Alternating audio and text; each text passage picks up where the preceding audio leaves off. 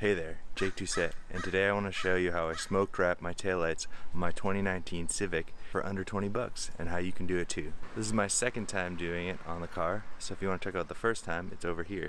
In this one I show you more things that I learned, so you can check those out now. I'm going to show you how to turn the lights from stock like this to this. Check that out. It looks so good, so clean. Alright, real quick before we get started, I am definitely not a pro, but I'm going to show you how much I improved my wrap from the first time to the second time. So here you can see the first time I tried to wrap my lights and the issues I had, so I'm going to walk you through those now.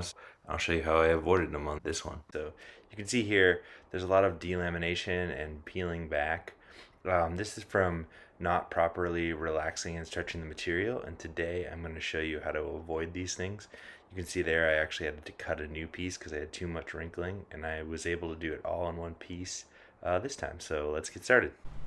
Okay, I've just prepped both the lights. I put just tape around where the paint is, just so if I get a little careless with the knife, I'll hit my paint. And then I put knifeless tape in here to create this seam, because I'm not going to go all the way in here, so you'll see that when I do it. But this is just, instead of using a knife on my headlight, that way I won't scratch it like I did here last time I cut on the headlight. Alright, so the next step after that is just to measure out a piece of film that's going to fit.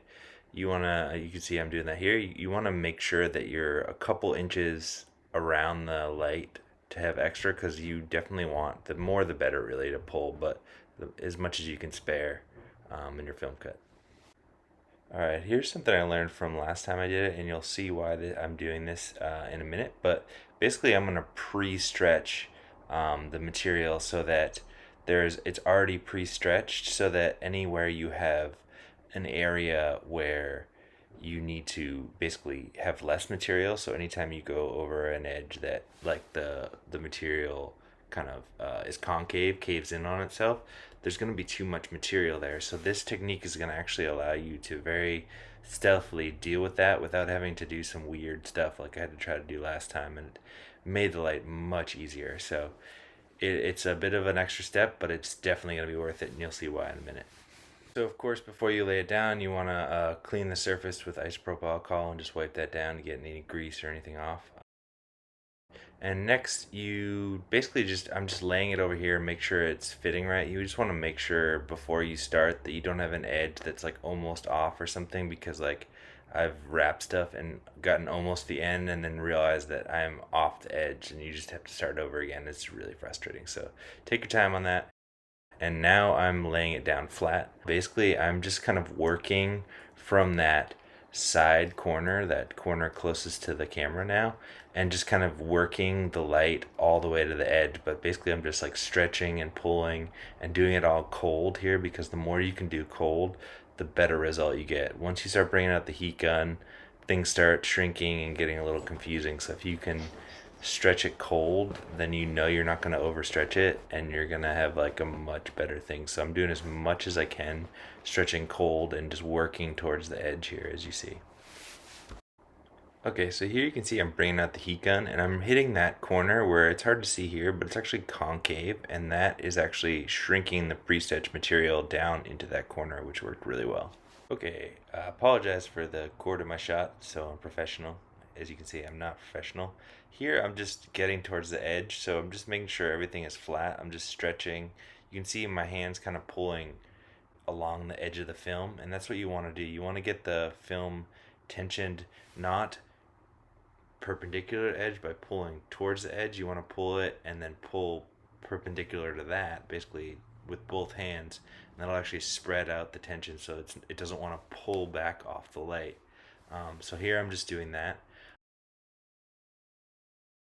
Okay, so finally we get to what I think is probably one of the harder areas, which is the underside of the light. So as you can see, it's really hard to see from the shot, but if you have a Civic, you'll know that the light here curves like basically down towards the bumper, and in towards the bumper, and then the bumper kind of meets it. So you kind of don't have a lot of room to properly stretch the tape. But what I did is I just kind of like stretched and laid it over, until finally I kind of get an edge there. You can see I'm stretching stretching perpendicular and then getting it to work. Okay, the last step, once you got everything nice and clean looking, it's all flat, is basically to relieve the pressure from the edges. So I didn't get a good shot of it.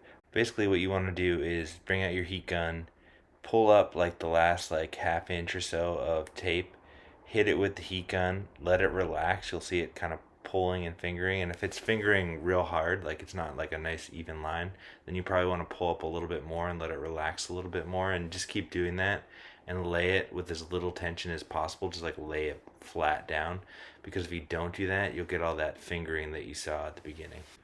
Okay, so once you've laid it all flat and you get everything relieved, you just want to trim it. And I'm showing here how to do a nice clean trim. And you can trim multiple times, but what I'm doing is cleaning along an edge. So basically what I do is I take the knife, and there's a flat back, like a 90 degree, and I'm basically following that 90 degree with my knife, and then just sliding it along the back of the light until you basically clean up the edge, and that's how you get a nice clean edge.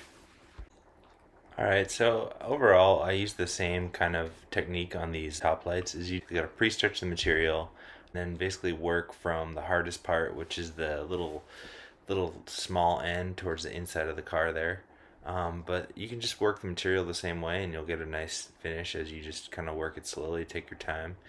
Yeah, overall, I'd say, this is definitely a project that I think the learning curve is super worth it. It is hard. It's definitely like 6 head scratches out of 10 type project. It's not easy. You're gonna mess up. But I mean, the film that I bought for this, I think I paid $10 or $15 for it. And for an afternoon of effort, it looks amazing, and I really enjoy it. So I would advise you to get out there and do it. Definitely subscribe to the channel if you want to see more videos like this, and hit that like button.